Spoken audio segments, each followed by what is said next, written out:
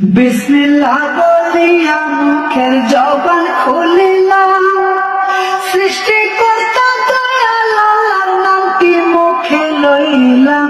সামনে যারা বসে আছেন সবাইকে সালাম বন্ধু হে। ভাই বলো ভাতিজা বলো কেউ তো কারো নয়, আইতে